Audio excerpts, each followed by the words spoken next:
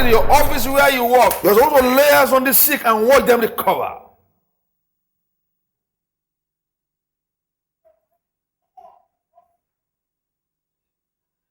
Anybody you work with, I don't care who you are, anybody you work with, what your target is, I don't care how difficult they may seem.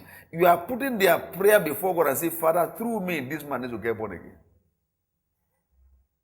Your boss in the office. You are saying, Father, use me to affect this person. I don't know how you're going to do it, but you are the one, all-wise God. Use me to affect this person. Pray for boldness to share the word of God. The Holy Spirit will defend you. He will defend you. You see what God told Paul? He said, in the book of Acts, do not keep quiet. Speak. Don't keep quiet because nobody will harm you. For I have many people in this city. That's what the Bible says in the book of Acts. Jesus Christ appeared to Paul in a vision. He said, do not keep silent. Speak. Because no one will be able to harm you. For I have many people in this city. There are neighbors, your friends, your colleagues, your neighbors, your flatmate, other people living in where you live and everything. Some of them, they don't know they are alive. They are going to hell. They need your prayers. They need you to speak the word of God to them.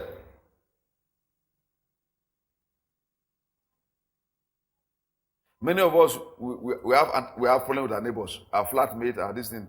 We are praying for something bad to happen to them because they don't like us. Look, your God is bigger than that. You are supposed to say, because I have stepped into this compound, because I have stepped into this compound, through me, I will be an aroma of the gospel. When you are an aroma of the gospel, nobody can harm you. When you have made a choice to be an aroma of the gospel of our Lord Jesus Christ, nobody can harm you. I was with my neighbor, went to see my neighbor and my wife. I went out to reach out to them. My neighbor both on the left and the right, they are all Muslims. I'm a hardcore Muslim. The other one is from Zamfara. The wife is from Kebbi. So that is a combination of Kebbi and Zamfara, Muslim. The wife wears socks, wear cover everywhere, they cover everywhere, and I was telling them, Jesus is Lord. One time the wife came to visit my wife, and I began to say, look, there's nothing in Islam. This is the blood. The blood was shed. After I say, okay, I won't go to something. I go. She ran. Nobody has ever had that bonus to share the word with them the way we share it. And then one time I had to meet the wife. I'll give them my book. I'll give them tape. I had to meeting himself and the husband and the two of them, and I began to share my testimony. The man said, look, you know what? That you know what you are saying. I mean, there's a passion in you. He said the way I was talking, he said, I envy the passion you had. That's a typical Muslim man. Zamfara man. Say the passion. I said, look, you are my neighbor. I can come here, we can talk about Nigerian politics. We talk about Nigerian politics, talk about how is the financial stock market, talk about the government service, talk about how things are expensive in Abuja now, how there are so many traffic in Abuja now. Talk about things that have nothing to do with eternal life.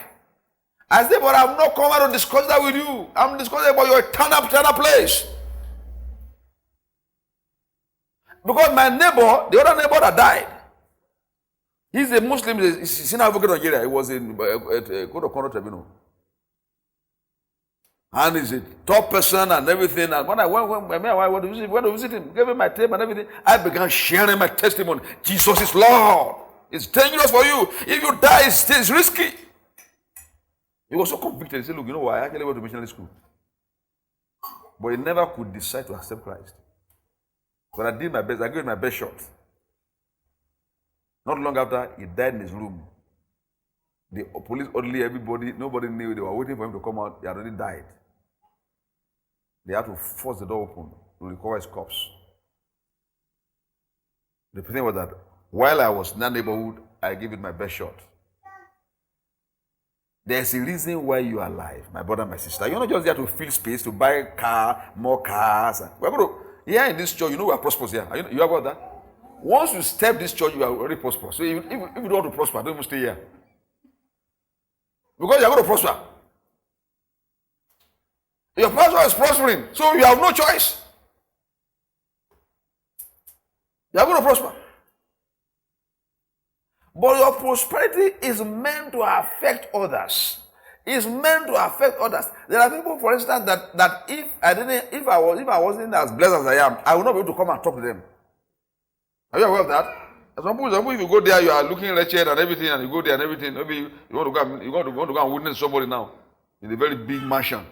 And then you climb Okada, then the Okada man drop you, remaining 10 naira change. Say, Oga, never 10 naira. You hold Okada man hold you, say, and I know you get change. Say, give me change. Then the man, what's happening? Say, Oga, sorry, I won't come preach to you. They come, make a friend this Okada man. You're a poor man. He won't listen to you. God positions you to be financially prosperous for His kingdom.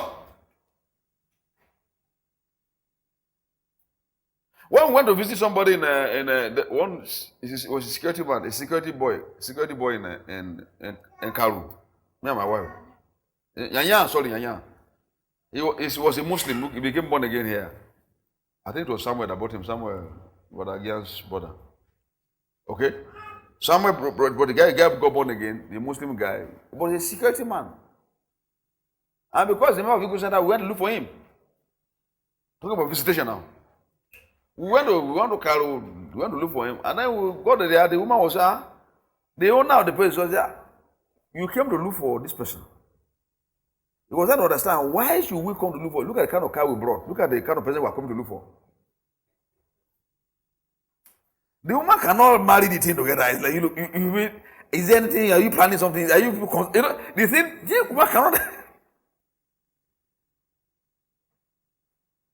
Because she expects that those people will be, can't be this class of security. This is my security man. But the security man who knows Christ can one day become a minister of the gospel. A security man who knows Christ. Wigglesworth was a plumber, illiterate, couldn't even read and write. And today we are reading his books all over the place. He couldn't read. Qualification, hear me now. It's good to go to school. I went to school. Your qualification is your disqualification. If you believe so much in your qualification, it will disqualify you. God doesn't look at qualification. Not important to God. The anointing. In Hausa. No education, no proper education. But his name still rings a bell today. If only you are willing to make yourself a witness. Just willing to say, look, I donate myself to Christ for use of His kingdom. Make yourself available to Him for His kingdom. If your cell, listen now, if you have a cell group and your cell group is not growing now, listen very well now. That cell group, if you want it to grow, it will grow. I said to grow. There are phases in life when you are doing ministry, especially when you are doing cell group. There are times when you are dealing with it, you are digging the ground. You may not see much initially. It happened to us when we were leading a group in zone 6. Zone 6, me and my wife. Only two of us. And maybe our little children. Okay? And even the host, I shared it with you before. I said the person who was actually under that high rise, the person who owned the house was actually hosted to us. She was hosted to us. Because I got born again, because my house was leading a group before I got saved. Then after I got saved, she was not leading a group in zone 6. I used to go there with her. There was no to show that group will grow. But if you are persistent, and you are consistent, and you follow up to people under you, and you pray for them, it will grow. See what I said now? Follow up and prayer. Follow up and prayer. Follow up and prayer. Never ever give up. Look, once you start a group, I don't care what happens, you are going to stay with it until it grows. There's no option. I can also say, let's do something there. Maybe doing church. I will stay here and preach the same thing I'm preaching, the same message I'm preaching it. I will keep serving the same men, and expect God to bring the people that need to hear it. Those who have value for the message, they will come in. And God is God that does the addition. The Bible says He added to this church. God is the one that does the addition. The Bible says Paul plants, Apollo waters, but God gives increase. I will not go and cajole somebody and say, well, let me just look, I can trick somebody. No. It's God. Let them bring the people he wants to bring. So in your cell group, don't be especially if you are doing your best, don't be upset. If you are doing your best. Now the people who are not doing their best, you are just lazy about it, you are not serious about it. Then that's why you are not growing. You are not serious. God cannot bless laziness and foolishness. You can repent. Simply repent and say, well, today, Father, I'm sorry. Let's start afresh. Because there's a reason why you're here. It's not just to eat, to born children. And my prayer is that God will give you revelation knowledge of why you are existing in the name of Jesus Christ. Every day, me and my wife, we will pray, Father, open our eyes. We don't want to live like a fool. Live like a fool and die like a fool? No. We have a reason for being here. And look, this church, Ibuso Center, I'm very serious about this church. I'm serious about it. I'm serious about it. Maybe you don't know. Unless I go on vacation, maybe if I go on holidays, I go on vacation to rest. Huh? You get what I'm saying now? On vacation to rest. Or maybe, for instance, me and my wife, there's a major business we need to do and we'll travel, and that's not often. Vacation. How many have you ever come here? The same pastor went to do wedding. I want to do wedding somewhere in a cafe. Huh? How many have you ever done that? They were pastors, sorry, Pastor Bulu, sorry, pastors went to do baby dedication. How many of you had that? I went to baby dedication. You think I don't have people giving birth in my family? I'm serious. Maybe the people give us card. My wife has some cards. Some people give us card. This one is marriage. This other card, they give us card. I throw it away. Where I'm going is where I face.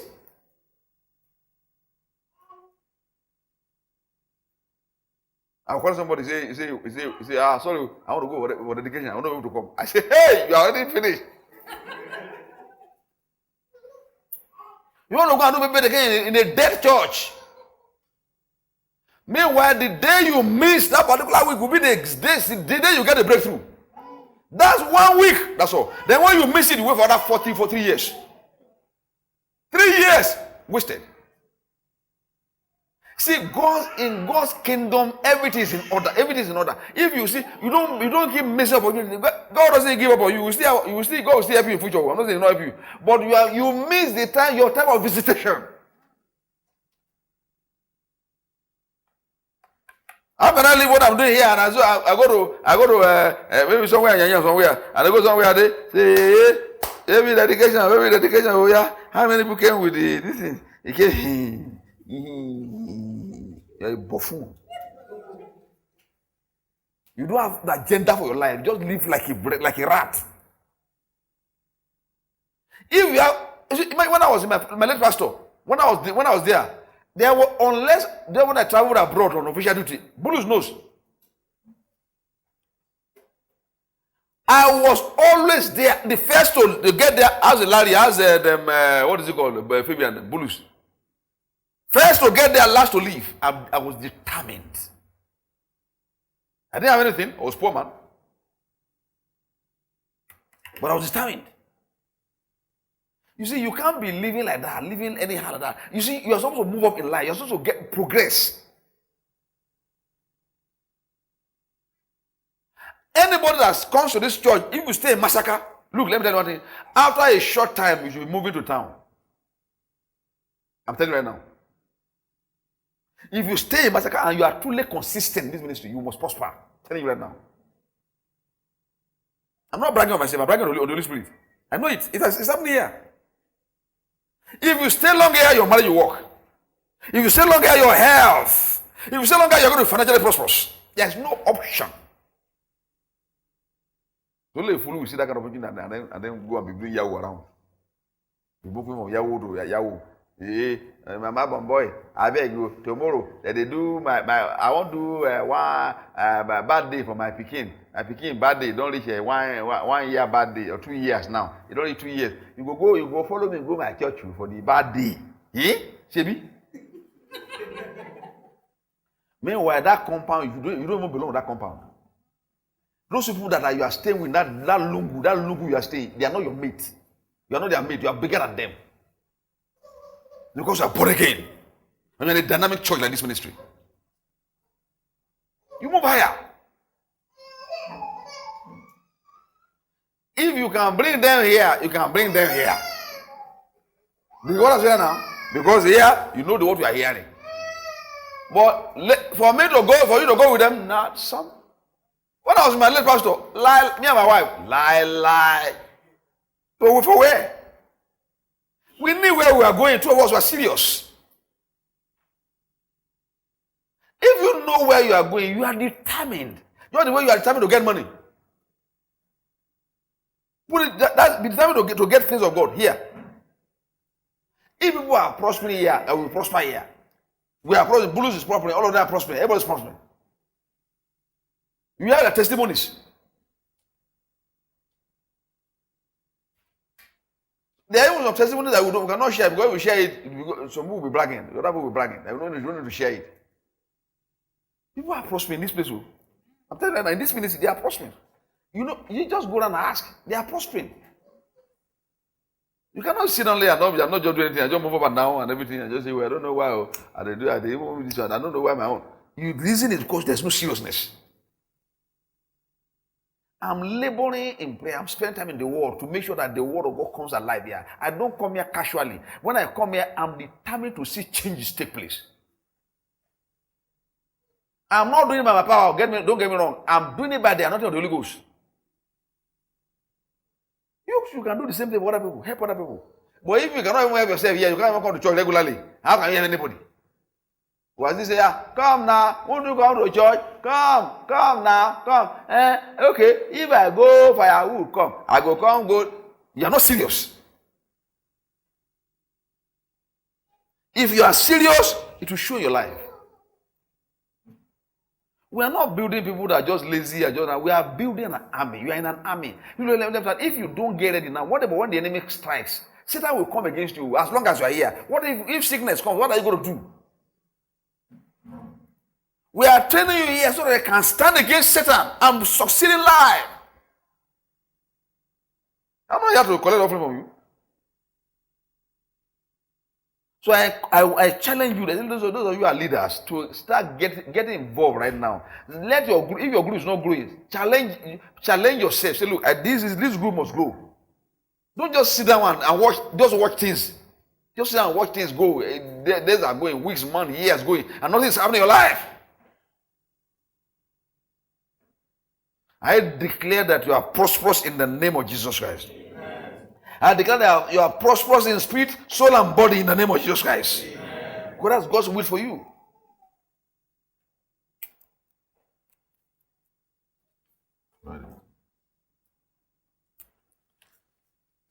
First and foremost, I want to encourage you to get a tape.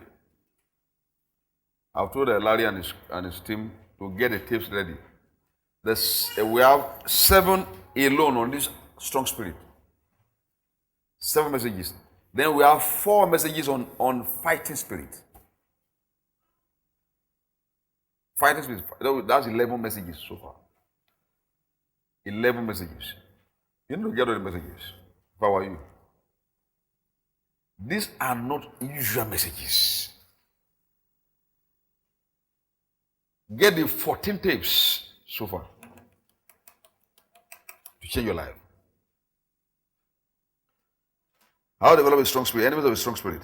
You can feed, rest, and exercise your spirit and still be weak because of excess weight or besetting sins that can drain or sap your spirit.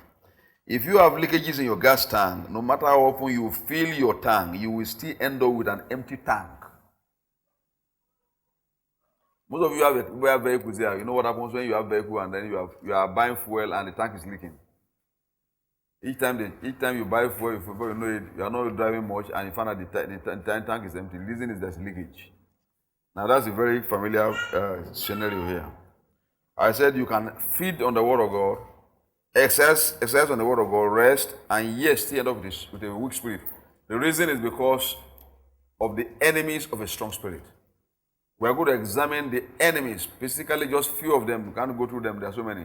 But we are going to look at it just, in summary today. The enemy that we did on Sunday, enemies of a strong spirit.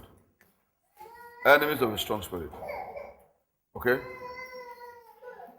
Your spirit has enemies. Enemies of a strong spirit. Now, let's look at 1 Corinthians chapter 14. 1 Corinthians 14.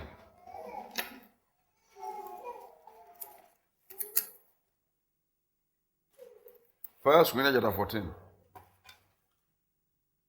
Well, we are looking before we go to the real enemies now. We are going to look at the first part here, which was what we are supposed to deal with, and we are unable to cover it, and we will put that as part of our outline today. 1 Corinthians chapter 14, verse 14. In fact, let's do verse 2 and then 14. Okay? 1 Corinthians chapter 14, verse 2 and 14. Somebody let me read 2 and 14 if you are there. So let me read 4 and 14. 1 Corinthians chapter 14, verse 4. And then 14. Verse 4 and verse 14. Okay? Somebody help me. He that speaketh in an unknown tongue yes. hides himself. Yes. But he that prophesieth edifieth the church. Good. For if I pray in an unknown tongue, yes. my spirit lives, but my understanding is good. Yes. my mind is on Good. hears no food and helps nobody. Good. He helps nobody, but who does he help? Huh? Who does he help? Give me Jude. Let's do Jude. Let's take it together so that we can save time. Let's take it together. Jude 20. There's only one chapter in the Bible. Put a finger on the Corinthians and go to Jude. We are going to marry them together. Okay? Jude 20. Somebody help me. Where you belong, build yourself up, founded on your most holy faith. Make progress, rise like an Edifice. Like an edifice, yes? Good.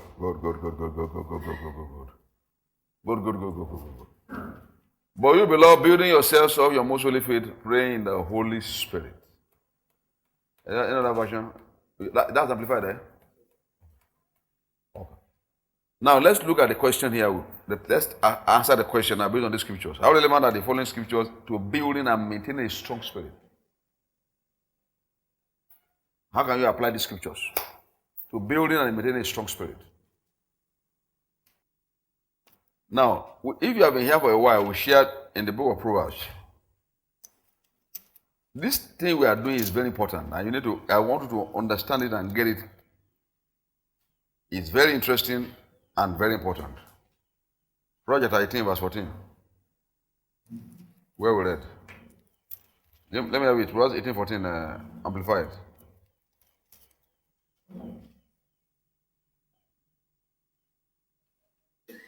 Proverbs 18, 14. Want to go? Read together. The what? Strong spirit of a man sustains him in bodily pain or trouble, but a weak and broken spirit who can raise up or bear. You see, let me tell you one thing. When you are facing trouble, what I can give me an example of trouble. We know bodily pain now, that's sickness and disease. Okay? Example of trouble. Can you give an example of trouble? And one can face trouble.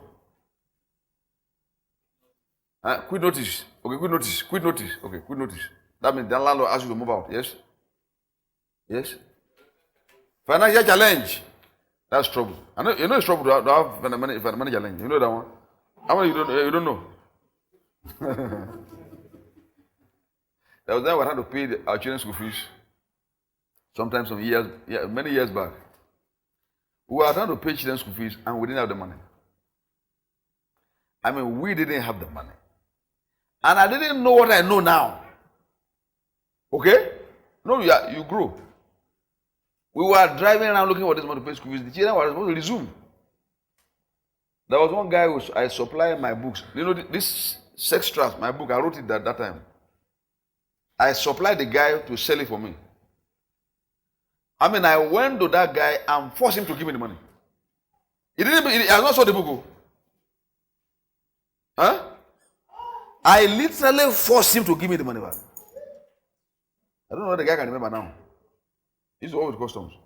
I mean, I said, look, this money, this thing you have collected for long. I need the money. He has not sold it.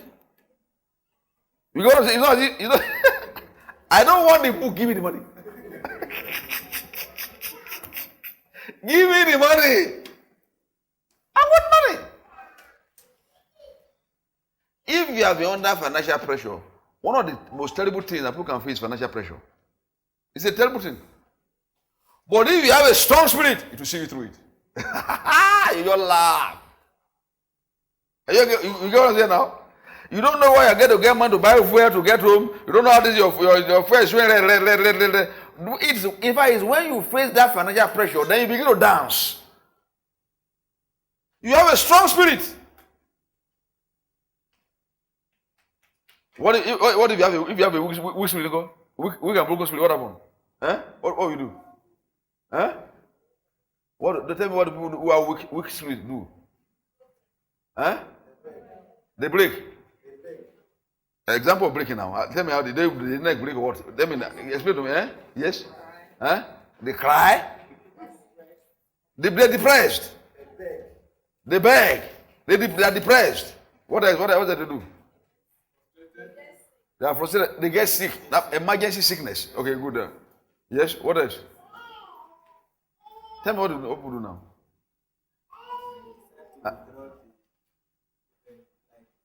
They withdraw the children for public school. Okay. They withdraw the children for public school. Okay. They isolate themselves. They are depressed. Yes? Huh? They worry. Anxiety. What else? Sleeplessness. Sleep disappears.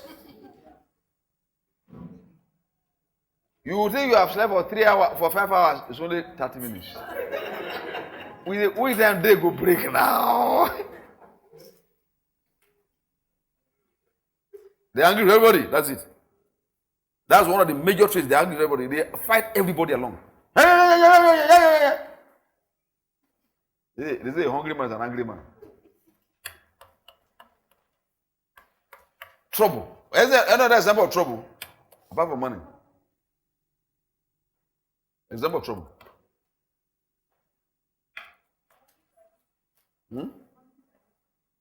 Challenges in the office. Family challenges. That's true. You are in a marriage. Your wife and your husband, two of you are on a war path. One of the things that can really mess somebody up is when your marriage is going through problem. If you have plenty of money and you are having problems with your marriage, you feel like dying. It's not everybody who can tell. Because some people, they tell everybody that passes by. One of our colleagues is dead now. And I strongly believe, I may be wrong, that the problem that killed him was the marriage.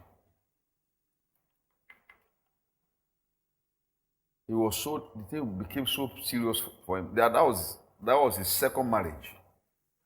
The wife died, married somebody else, and then that thing destroyed him. Marriage problem is deadly. It's deadly. Trouble. What do you see you through a marriage problem? What do you see through a marriage problem? Strong spirit. It will see you through financial problem. It will see you through marriage problem. It will see you through any problem in your office, anywhere you are facing challenge and they are threatening your life. A strong spirit will see you through them. That's why you should be deeply concerned about building a strong spirit. And what is the purpose of Jude 20?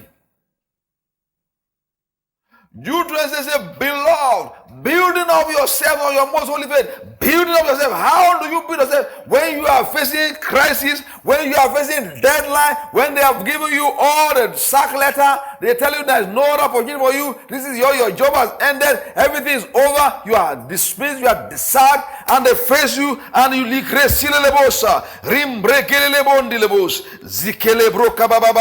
what you are doing in Jude 20 is you are charging yourself. You charge yourself. You build yourself up. I believe God. Wherefore says I believe God shall be, as also in his holy word. I refuse to fear. I refuse to fear. I can do all things through Christ who strengthens me. I believe the money is coming. Money, I speak to you now. Come to my hand in the mighty name of Jesus Christ. There's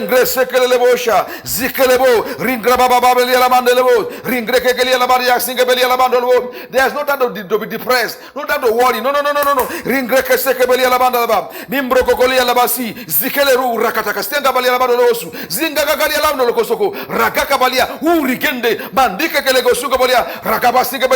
are building yourself. On the time comes, just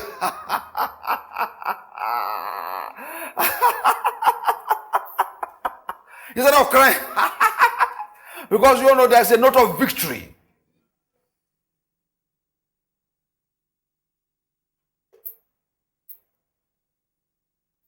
See, when you are not spending sufficient time to build your spirit man,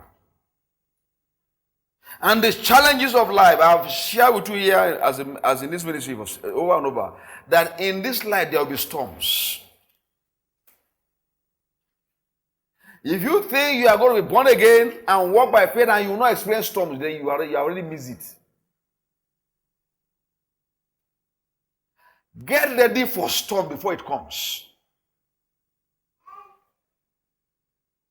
Don't wait until there is no money in your hand and the children's school fees is already due and they are resuming tomorrow before you start building your muscles. Start building your muscles right now. Building and maintaining a strong spirit. You see, this message I'm teaching you right now, the devil hates it. The devil hates this message. It takes a strong spirit for your wife to look at you and say, yeah, man. Don't look at your mate.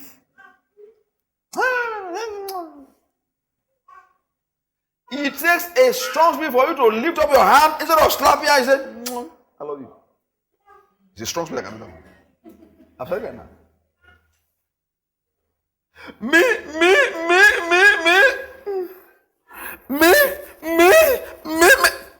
I love you. A strong spirit. But if you have a weak spirit, you pan a bit here, pan a bit here, pan a bit here, and pan a bit here, and pan a bit here. Then they carry the hospital here. You carry the hospital. I'm sorry, I don't know why I did it. Weak spirit. You are weak. You are picking, small picking. No power. You are not strong inside. The strength of a man is not measured by physical muscle. It's measured by how strong your spirit is.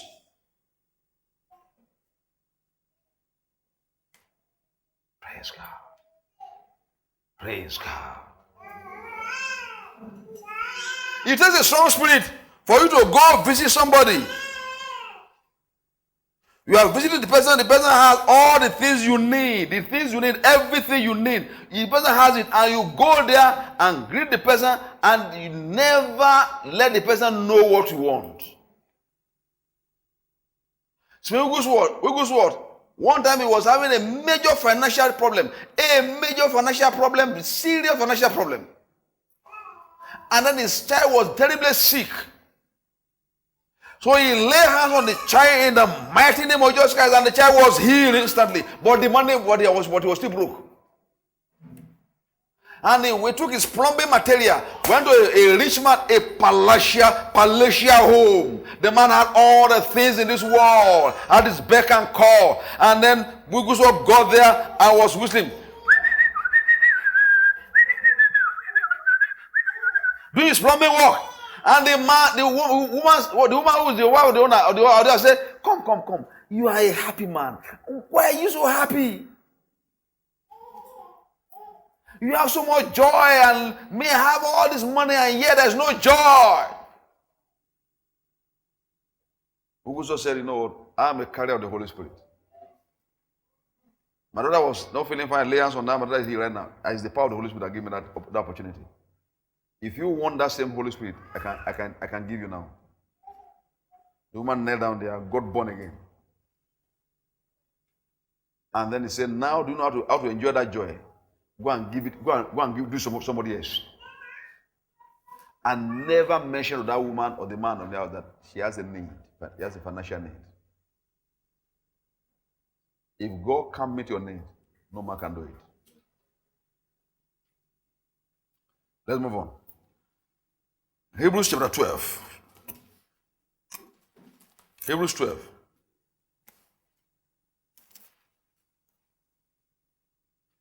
If you know how jealous God is, he's too jealous.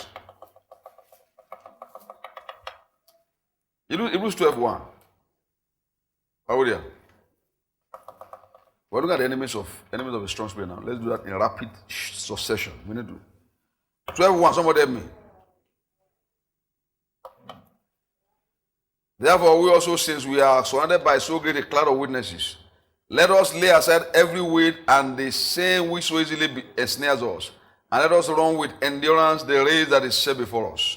Any other versions? Somebody have other versions of me? It's here. Identify the enemies of a strong spirit based on the scriptures below.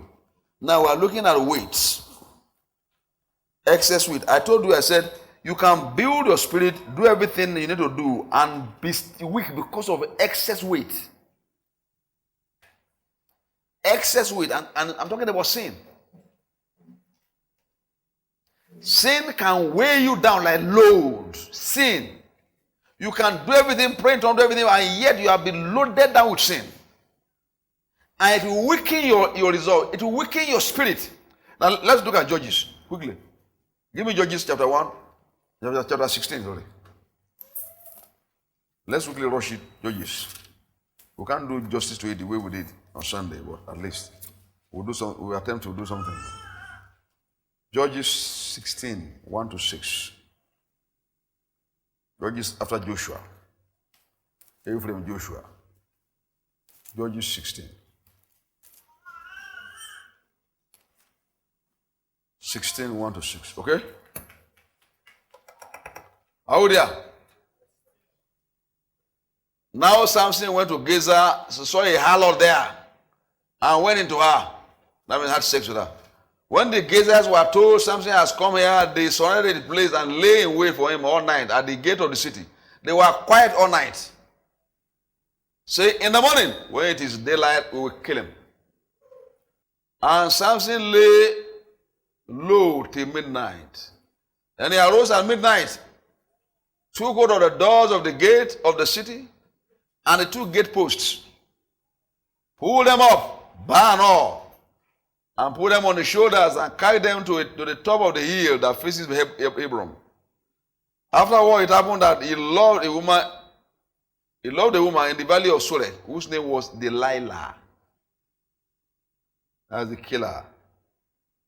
And lots of the Philistines came up to her and said to her, entice him and find out where his great strength lies, and by what means we may overpower him, that we may bind him to afflict him, and every one of us will give you 1,100 pieces of silver.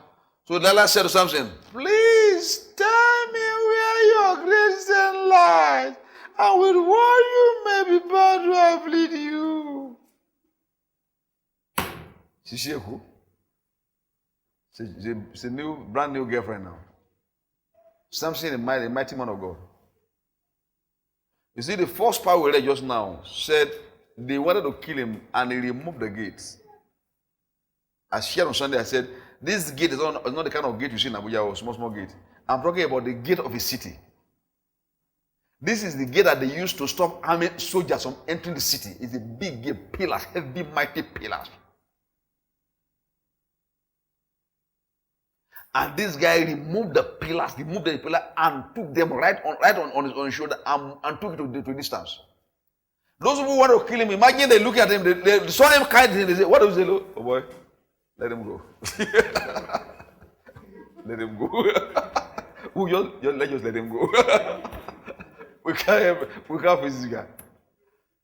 Just imagine how you look at the soldier, you look at him, oh boy, let him go. He carried the gate. So who are you to come and face it? It's gate.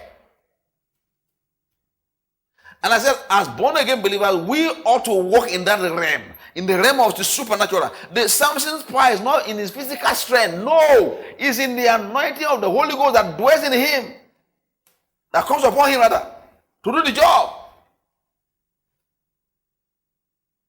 He was set apart for the purpose. But look at the way Samson, look at what's happened now. Do you see the progression right now? For put yourself in that position as a born-again believer, filled with the Holy Ghost, tongue-talking with a tremendous potential here to make it here in Abuja here, to be prosperous in this city, to live a life that will honor God and glorify Him and spread the gospel. When they look around, they couldn't get him anywhere. They said they now have to go look, this guy like women. Samson's weight, excess weight is sex. This is sex.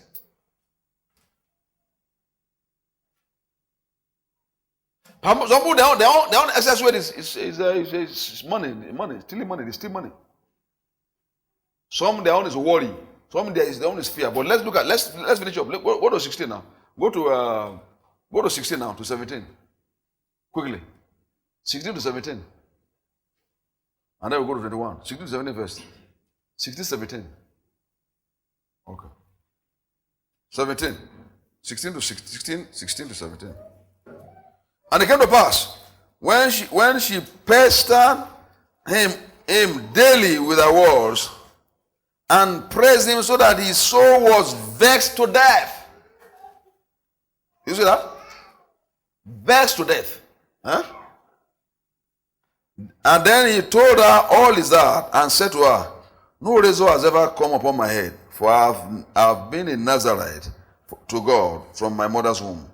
If I'm shaven, then my strength will leave me, and I shall become weak and be like any other man. Look at 21 now. 21.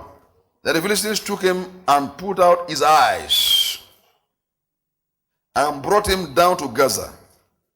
They bound him with bronze fetters, and he became a grinder in the prison.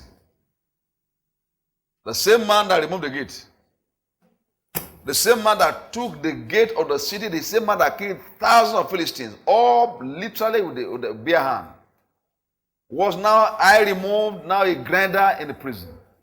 What a shame, what a disgrace, what a humiliation. What was sin does. That's what sin does. Sin grinds you to a powder.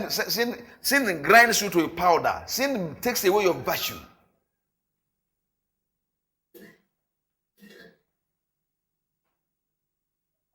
Sexual sin is bad. Stealing money is bad. But do you know that worry is worse? Anxieties, worries, and fear worse than those ones. Worry will kill you faster than tobacco.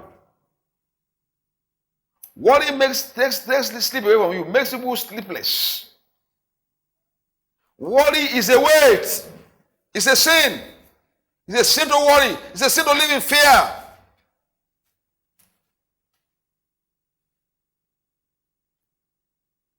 The reason why you cannot steal money, why you cannot do to get money, why you cannot shortchange people to get money and cheat people anyhow, the reason is because every money that you steal, they will take it back from you.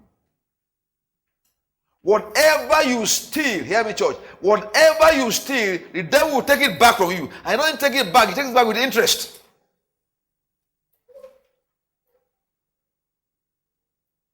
If you steal tithe, you steal your tithe.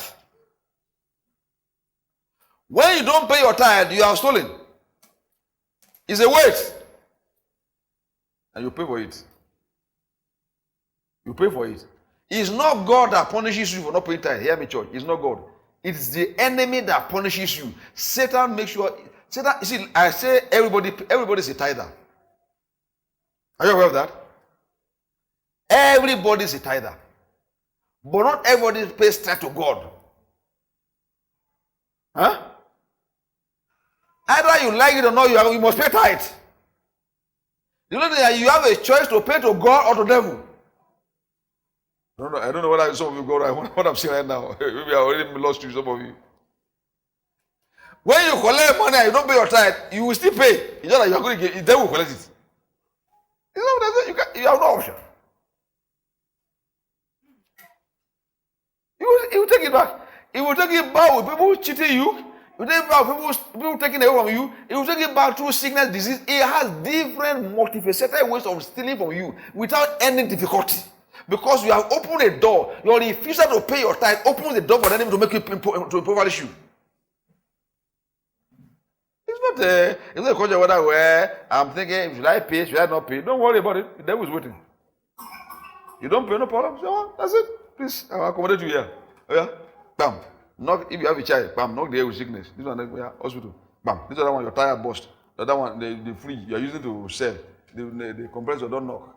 You buy another compressor. They need the compressor. They buy the compressor, bought fake one. Collect chop your money. Wait. See, you say, hey, yeah, who have I offended? Abuja, yeah. You see, the thing is that the enemy is stealing them like crazy. So if you are smart, you just pay. With joy, say, I say, God, praise God, I thank you, sir. Because when you don't pay your tithe, you don't need to pay tithe to go to heaven. You get what I'm saying? You're already born again.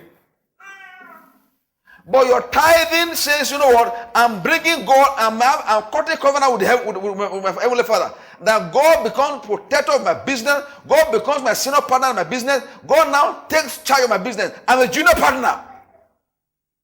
That's a smart person. But the foolish person says, no, God, I sack you.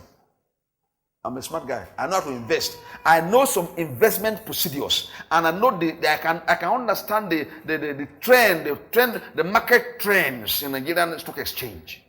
No problem. The devil will make sure that you really go. So everybody's paying tithe. You pay the devil or to God. It's a choice. It's a choice. Whatever amounts to weight, hear me, church. It is only you that can you see, where we learn, because Proverbs 12:1 says, lay aside every weight. Who will lay it aside? Who? Is it God? Huh? Answer me now. Huh? Who? Ask your neighbor. Who will lay aside your weight? Who will lay aside? Ask your neighbor, let them tell you. Say, and then let them answer you. Let them answer you. Huh? You are the one that will lay it aside. God, please remove this cigarette from me. Please remove this cigarette. Please remove. You are the one that will lay it aside. I'll tell you right now. You lay it aside. He will help you. Okay? But you see, you have a step to take. You got to take a step of faith. You lay aside every weight. You are the one that will lay it aside. Let's look at Genesis quickly now. Because this is a huge something. We can't exhaust it. So you need to just so we can give room for questions. Genesis 27, verse 46, and then 1 Corinthians chapter 15, verse 33. Genesis 27, 46. And Rebekah said to Isaac, what? I am weary of my life because of the daughters of earth. He got a bad in-law. The son married a wrong woman. If Jacob takes a wife of the daughters of earth like this, who are the daughters of the land, what good will my life be to me? Now, this is a wrong relationship now. This person went and married a wrong wife, and the woman is vexed. But let's go to 1 Corinthians chapter 15, so we can take it together. 1 Corinthians 15, 33. 33. Want to go? Do not be deceived. Evil company corrupts. You may amplify it.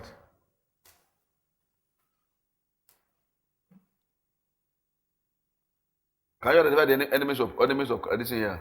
Want to go? Do not be so deceived and misled. Evil companionships, communion, associations, corrupt and depraved good manner and morals and character. Now hear me, church. What is how can you identify the enemies here of a strong spirit? Huh? Somebody help me. Enemies. Bad companionship. Good. Very good. Bad companionship. Very good. Friends. Friends. The kind of friends you keep. Bad friends. What is the meaning of bad friends? Friends who do not have the same spiritual perspective.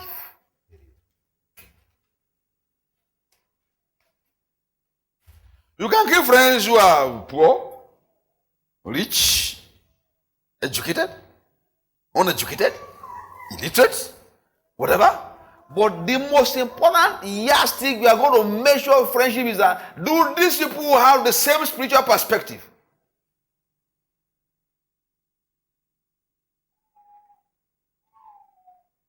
If you are doing business with somebody, a companion, and the companion doesn't believe in tithing, huh? Tell me now, what would happen? You have reached a business partnership with somebody. You are in a partnership with somebody. The person you are partnering with does not believe in tithing.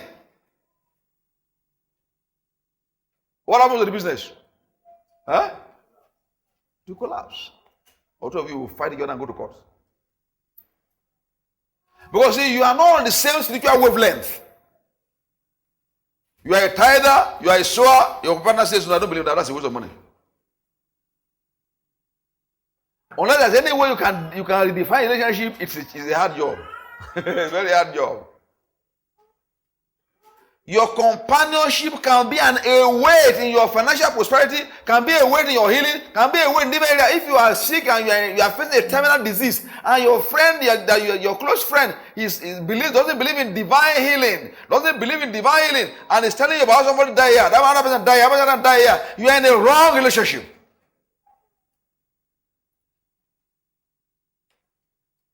If you are sick in your body and you go to a church where don't believe in divine healing. I was talking to one of my village man, town man. We were sharing together. He was attending a church and he was almost dead. He had a major ill health. I remember when I visit him at home. The wife spoke with us. The problem is that this man doesn't want to leave the church, and the church they are speaking death over his life. They are speaking death over his life. Anytime he goes there, they speak death. In fact, the pastor came to visit him and said, look, the pastor was telling him that, look, you know what, that's life. You know, it's like you expect death. Expect death. They took him to the US, brought him back. He was like a vegetable on a wheelchair. I mean, that guy was like a vegetable on a wheelchair. He was like a vegetable on a wheelchair. And the wife was tired. There was nothing the wife could do, and the wife couldn't drag him out of that church. The pastor came there and said, look, he was speaking death. Well, you know, it's like when they have a front seat. Front seat. Yeah, they have been. I was there. Thank God I got to me and took me over there. Where I was speaking, I literally was forcing him. Get out there, leave the place. I'm not saying you go to my church. I give him a suggestion of the church you can attend. I give him a list of where you can go. So you're not taking it because I want to go to my church. If you stay in that church, you are going to be dead. What are you doing there? You see, evil company corrupts. Once you're in an association of people, you see, they may not even meant to bring you down, but they can't help you because they are already down. It's difficult for you when people are down. People are down cannot pull you up. It's not possible. You need to get people that are moving somewhere and then yoke with them so they can move up. It's only you that can lay aside those excess weight. I shared on Sunday, I said, you don't even need some friends. I'm telling you that now. They are not necessary. You see those friends. They're talking about girlfriend. They talk about that girl. That girl. Anytime you go there, anytime you leave, you start repenting. Imagine now you came to church today. You have shared the word of God. You leave this place. I'm going to visit one of your old friends. And they're talking about, how that girl came, the others now they are touching that girl, You're just being anointed here now, heavily. You go there, they just, anointing. You become like ordinary men, like Samson without eyes. They finish you. When you see those friends coming, you say, come, when you come, say, make no verse, I know you come. You know what I carry. Do you know that you can, as you are here now, you get the word of God. You are already loaded the word of God right now. You have had the word powerfully tonight. Now you leave this place. You now go to a place. Go to a place when what they are sharing there is completely opposite to what I've shared. What happens? It will corrupt. It is the evil that corrupts. The good doesn't. It's not easy. Look, I give an example now. If somebody has sickness, communicable disease now, some disease like maybe cold, chim, and you are shaking hands with that person, chim, you shake at that person. You can catch cold. Are you aware of that? No, you know flu. You can catch flu like that. Even when I was sometimes, when somebody is calling, those days when I was there drinking, my wife will cover her mouth and do that side. Even though she loves me, she doesn't want the cold that day. She doesn't want my cold. Look at what I'm saying right now. She loves me very well, but she doesn't want my cold. TM. You can catch it. But how many of you know you cannot catch good health? Are you aware of that? If somebody is very healthy, they can just say, I'm saying that, and then you catch good health. No, it's not possible. No. Evil corrupts. The word itself is evil. That's why you cannot keep a bad friend. It's better not to have a friend at all. You have no friend. You only you and your messages and television that you are working in your house. It is still better than to have a bad friend that will derail you. I don't know how many of you use this. Which one? Well, today we read on. Is it position of his presence? Position of his presence. I think so. We read one of the messages. The video we read today has to do with when you stay with somebody who is spiritual. Somebody there was Gloria Gloria was sharing that somebody came to the house. Somebody died. And then the relation died. So because the death of the relation, they were all sad. Everybody was sad because the relation died. People are grieving. When people die, they grieve. They go through griefs. So this person went to Gloria's place.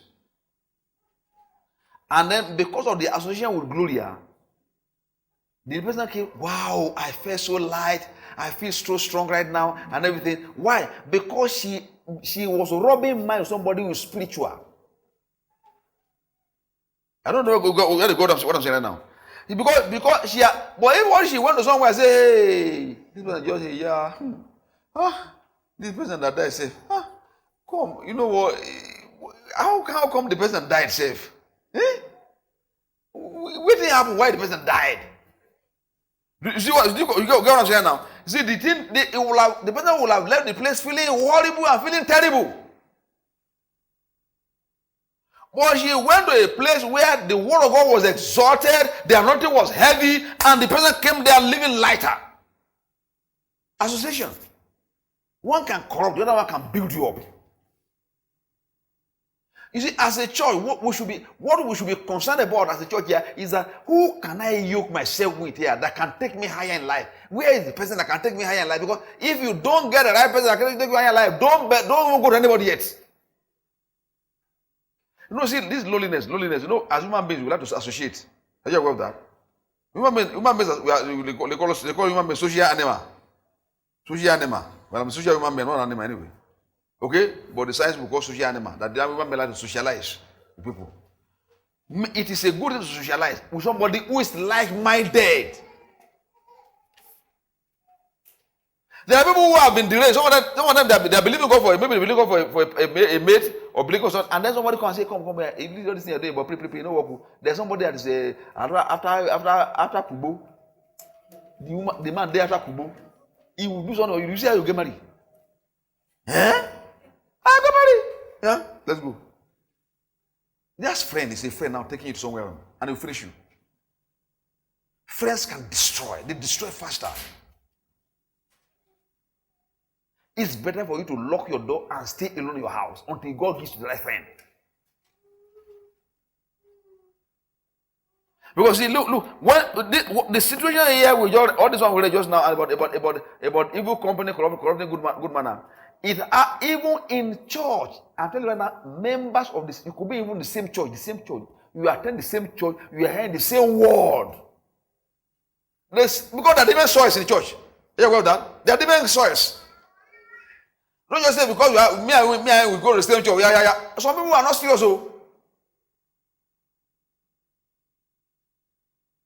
Some people will leave a church, a living church where the word of God, and still go and consult a herbalist. So even if you are in the same church, be on guard. It's not everybody who can associate with even in the same church. Because people are not serious. And you know, there were 12 people that following Jesus. 12 people. What about Judas? Huh? Can you see Judas? Judas wasn't like the other ones. But it was there. Judas, you don't know Judas was casting out demons? You know Judas cast out demons? He cast out demons. So you can be in the same church. You know, some people say, we're in the same church. Some ladies, they took advantage of them because a boy from the same church came and visited them and said, we're in the same church, and they took advantage of them. You can't just say, because you're in the same church, and then just leave yourself, just let go yourself like that anyhow. Because people are different levels in the church. Even in the same church, not everybody can be friends in the same church. You can ask God to choose somebody that will be a friend of yours in the same ministry. Nobody can line up with you and reason alongside with you. There was a lady who counseled sometimes in a former church. She was pregnant. She wanted to abort the pregnancy. So we spoke with her and said, look, don't do it. I will counsel her not to do it. Now she came out of her house. Listen now. Another lady also in the same class where we in our former church. Another lady, come, don't mind them. The same. Abort it. Me, I abort. That's how you convince that lady to go and abort the child. That's talking about friends now. The same church. So is it when you are making choices, especially your friend? Look, don't rush to choose friends. Let God choose for you. Make it a prayer point for God to choose a friend for you. Any question?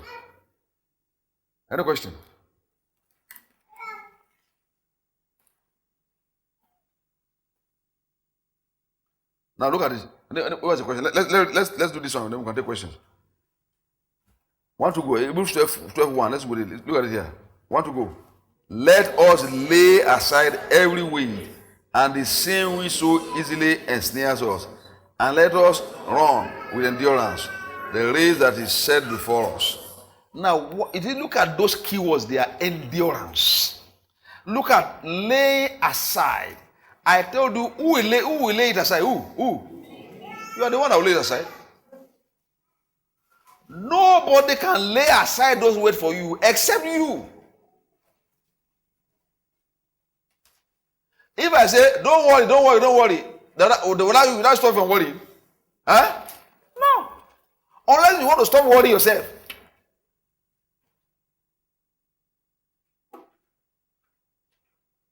Why I used to worry in those days? You used to worry so much in those days.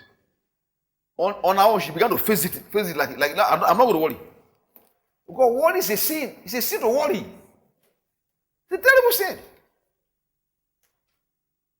You lay aside every weight, then you run with endurance. You see endurance there? Now it's not going to be easy. It will be tough. But you can do all things through Christ who strengthens you.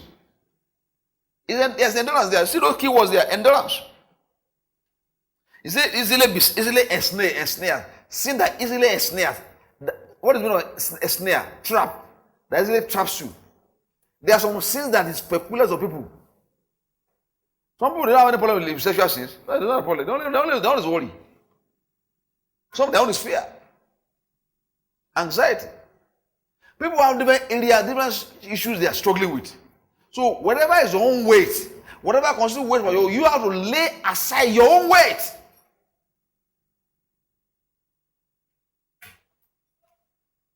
And here, I cannot emphasize this one. You need a good friend. Do you understand that? You need a good friend.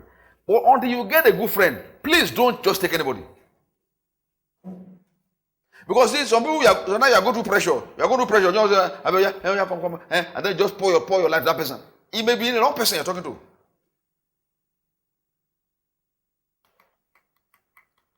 Many of you don't know that you have to pray for a good, you have to pray for a good friend. Now God will give you a good friend. Let me answer a question. Very simple question. Jesus Christ never had any unbeliever as friend. No. His friends were those disciples. But he was visiting unbelievers. Visitation is good. There's nothing wrong with you visiting unbelievers. When I say friends, I'm not talking about your acquaintance, I'm not talking about your colleagues in the office. I'm not talking about. I told you when I started this message, I said you should be an aroma of the gospel in your office. Now, people, when I was in service, I have many colleagues. One of my colleagues, I go to the office, you sit down. Okay? Muslims. But they're not my friends. No. You cannot isolate yourself from people. That's what I'm saying. Jesus Christ never had a single unbeliever as a friend. He visited unbelievers when they serve him meal in the place, like when people like Zacchaeus and everything, came to Zacchaeus, he took them there and he repented there and got born again. Or at least, went to Jesus' camp. Nobody was born again until he died. Okay? But they are promissory notes. Okay? Of salvation. Now the thing is this. Jesus Christ visited people in their homes, and most of the miracles I shared last days, most of the miracles he did at home. But his friends were his disciples. And not even all the disciples, just about 3 of them. In fact, out of that thing, there was one that was close, John. There are different levels of closeness. There are different levels of closeness. There's some people you cannot tell your personal, very private issues to. There are some things I will tell Bulus here that I will not be tell somebody else. You get what I'm saying? Because if I tell Bulus can handle it, you cannot handle it. If I tell you say, it's a problem. So I can tell Bulus. So there are different levels of closeness. You see, there are people, I have my neighbor, I visit my neighbor. Like I gave an example here, my neighbor, they are Muslims. I visit them. I will share with them. But I don't share details of my life with my neighbors. I share testimony with them. I share about how they can get saved. If I have challenge in my house, I don't go share with my neighbors. Because my neighbors believe that I'm so blessed, and I'm truly blessed that they look at me up on the sky. So if I'm facing any challenge, maybe if I'm facing symptoms, I don't go to my neighbor and say, neighbor, I beg you, symptom. I don't need it. I stand against it and win it. So there are levels of closeness, levels of relationships. There are people you can say some things so you can't say to other people. So if you don't define it, yes, you have unbelieving friends. There are people who are my friends when I was an unbeliever. Okay? And it's all that they call me, yeah, Loto, we saw you on TV. You are born again. What? Yeah, that's born again. I share my testimony with them. The one that can follow, the one that cannot follow, they run away. They tear this. There are some people that on their own, they will run from you. In fact, there are some friends, if you ask them to come and meet you in church, they will not show up. Some people, they come to bully, drag them, and so on, they tell bullies that they stay at the back, they stay outside. Bullies enter, they run because they are carrying some things that they don't, they are afraid of the church. The devil in them. So then the man enter and then after why they escape. So, but the thing is that to tell people seriousness, some people who claim they are Christian, some of them claim to be Christians, they are not born again. So we need to define the level of relationship. Another question. I have shared so much that unless I've beaten you beyond talking. You know about him. Don't lose me, let me go.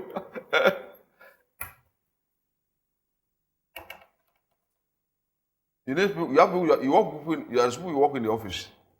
Your colleagues in the office. Okay? Their colleagues in the office, they watch you. They watch you in the office where you work. When I was working in the civil service, they knew some things I won't do. So when I'm not around, they will look for how to do it behind my. There was a time when Blues was working with me, they will call Blues and say, Blues, come and process it. Blues knew that it is me that they are trying to avoid me, that's why they call him to do it. After a while, he too was looking for how to dodge it in. Because they look for how to get somebody behind me to quickly process it before I come. And I like that one because you know where I stand. It's not easy. There's endurance there. You have to endure. To be a Christian is not a joke. It's not a joke to be a Christian. Are you aware of that? You have to stand for truth.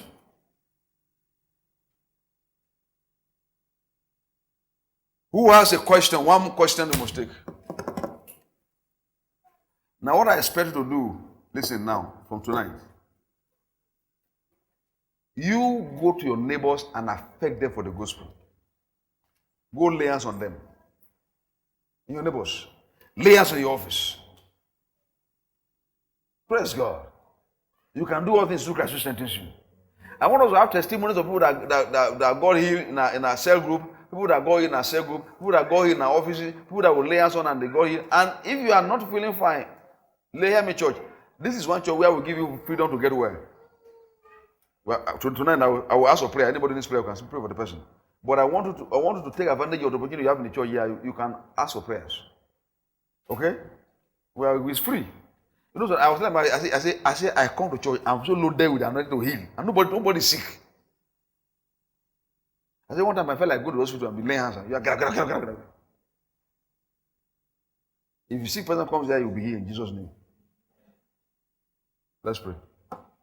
A new anointing.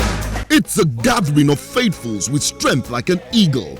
Join Pastor and Mrs. Loto at the Eagle Christian Center for Sunday worship service by 9 a.m., Tuesday Bible study and leadership meeting by 6 p.m., and Friday's prayer and healing service also by 6 p.m.